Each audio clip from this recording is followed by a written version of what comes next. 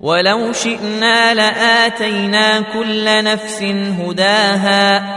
ولكن حق القول مني لأملأن جهنم من الجنة والناس أجمعين فذوقوا بما نسيتم لقاء يومكم هذا إنا نسيناكم وذوقوا عذاب الخلد بما كنتم تعملون إنما يؤمن بآياتنا الذين إذا ذكروا بها خروا سجدا وسبحوا بحمد ربهم وهم لا يستكبرون تتجافى جنوبهم عن المضاجع يدعون ربهم خوفا وطمعا ومما رزقناهم ينفقون فلا تعلم نفس ما أخفي لهم من قرة أعين جزاء بما كانوا يعملون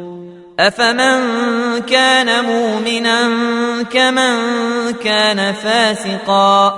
لا يستوون أما الذين آمنوا وعملوا الصالحات فلهم جنات المأوى نزلا بما كانوا يعملون وأما الذين فسقوا فمأواهم النار كلما أرادوا أن يخرجوا منها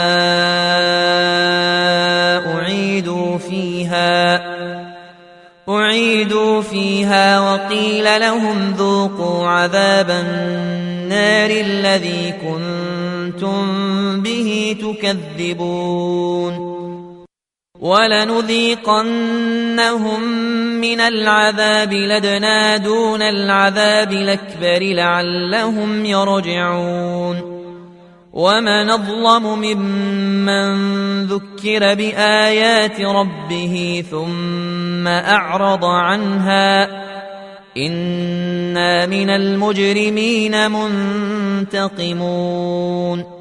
ولقد آتينا موسى الكتاب فلا تكن في مرية من لقائه وجعلناه هدى لبني إسرائيل وجعلنا منهم أئمة يهدون بأمرنا لما صبروا وكانوا بآياتنا يوقنون